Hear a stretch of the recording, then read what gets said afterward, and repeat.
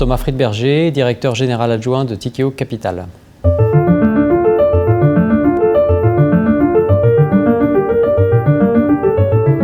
Ce qui caractérise 2021, c'est la vigueur de la reprise économique, principalement expliquée par la reprise de la consommation et notamment celle du consommateur américain. L'année 2020 est la première dans l'histoire des États-Unis où on a eu une récession économique et où les revenus des ménages américains n'ont pas baissé.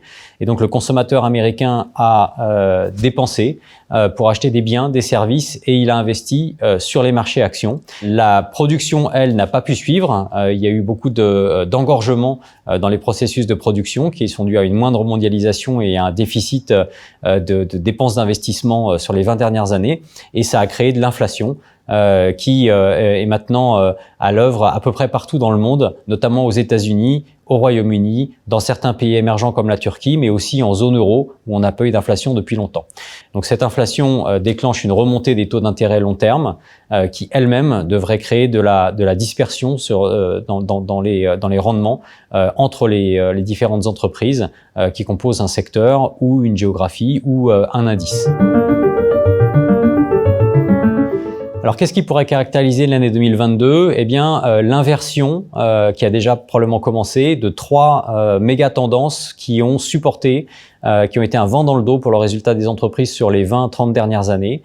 La remontée des taux d'intérêt long terme, la remontée des taux d'imposition sur les entreprises, et puis le point d'inflexion atteint dans la mondialisation qui ont beaucoup aidé les entreprises à suroptimiser à la fois leurs coûts de production en allant produire là où c'était le moins cher, leurs impôts, et puis même le niveau de capital avec lesquels les entreprises opéraient. Ces trois tendances-là sont en train de s'inverser, et donc ce qui était un vent dans le dos va devenir un vent dans le nez pour la création de résultats des entreprises, qui va forcer les entreprises, pour devenir plus résilientes et plus résistantes, à investir massivement. On pense dans trois domaines en particulier: la transition énergétique, donc l'efficience énergétique des bâtiments, l'efficience énergétique des moyens de production, des usines, la mobilité bas carbone. Deuxième secteur, la digitalisation.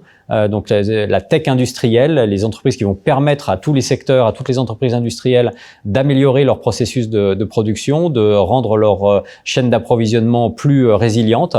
Et puis la cybersécurité, qui est également un risque majeur pour les entreprises en 2022. Ces investissements massifs vont créer de la dispersion, puisque l'investissement, les dépenses d'investissement sont censées être un ennemi pour le potentiel pour l'investisseur en action. Pourquoi ? Parce que les bons investissements ne sont réalisés que par les entreprises qui sont bien gérées, où la gouvernance est performante, et donc ça crée de la dispersion. C'est pour cela que l'inversion de ces trois méga tendances devrait continuer à nous faire dire que la dispersion est la nouvelle forme de correction dans un contexte où les banques centrales resteront accommodantes.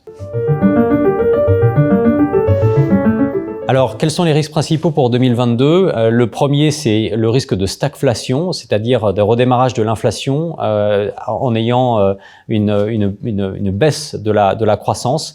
En effet, la croissance chinoise, la deuxième économie mondiale, est amenée à baisser en 2022, probablement. La Chine est en train de pivoter son modèle économique vers un modèle de croissance plus tourné vers son marché domestique, plus résilient, plus long terme et plus focalisé sur la réduction des inégalités et le problème environnemental.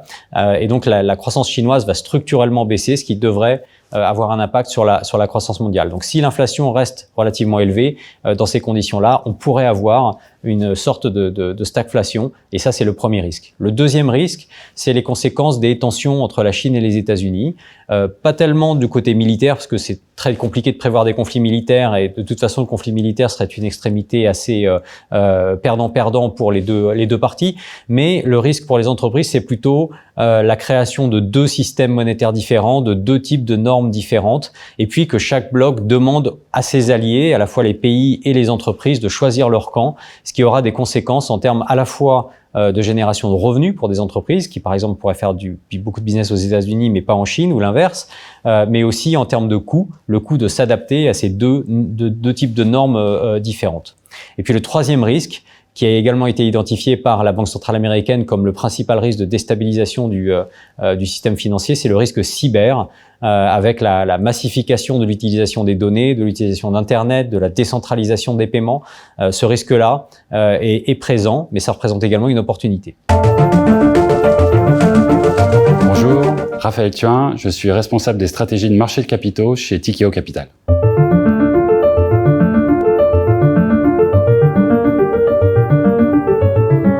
Le marché obligataire nous inspire une certaine prudence en 2022 chez Tikehau Capital. Quand on regarde les différentes classes d'actifs, l'investment grade en premier lieu, le resserrement potentiel des primes de risque est limité et tout cela est combiné avec un risque de duration, donc une sensibilité au taux d'intérêt qui est très élevé. Donc une certaine prudence sur l'investment grade. On est un peu plus constructif sur le haut rendement, sur la yield. Le haut rendement présente des fondamentaux qui sont globalement sains. Et en comparatif à ce que l'investment grade propose, les rendements embarqués, les primes de risque sont plus importantes. Donc on privilégiera une allocation sur la yield comparée à l'investment grade. Des fonds comme Tikehau 2027 semblent indiqués. Et puis plus globalement, on va conserver des sensibilités au taux d'intérêt, donc le risque de duration faible. Un fonds comme Tikehau Short Duration pourrait être indiqué. Sur le marché action, on va privilégier des compagnies qui ont une certaine résilience face aux risques inflationnistes, face au risque de remontée des taux d'intérêt. On va regarder en particulier des compagnies qui ont ce qu'on appelle du pricing power, donc cette capacité de faire passer les coûts dans les prix. On va regarder aussi des compagnies qui ont des bases d'actifs faibles, parce que des bases d'actifs importantes dans des cycles inflationnistes, ça coûte plus cher à remplacer. Et enfin, on va regarder aussi des compagnies qui ont des taux de marge, de profitabilité importants. Lorsque l'inflation rogne les marges, mieux vaut avoir des marges importantes que faibles. Donc ça, clairement, on va s'orienter vers un segment de qualité. Le deuxième aspect, ça sera de conserver des multiples de valorisation raisonnables. On le sait, lorsque les taux remontent, les multiples élevés ont tendance à sous-performer. Donc les qualités à prix raisonnable dans un marché inflationniste en 2022 nous semblent le plus indiquées. On pourra parler de Tikehau Equity Selection ou de Tikehau International Cross Asset qui ont cette vue de conviction sur ce segment de qualité à multiples raisonnables.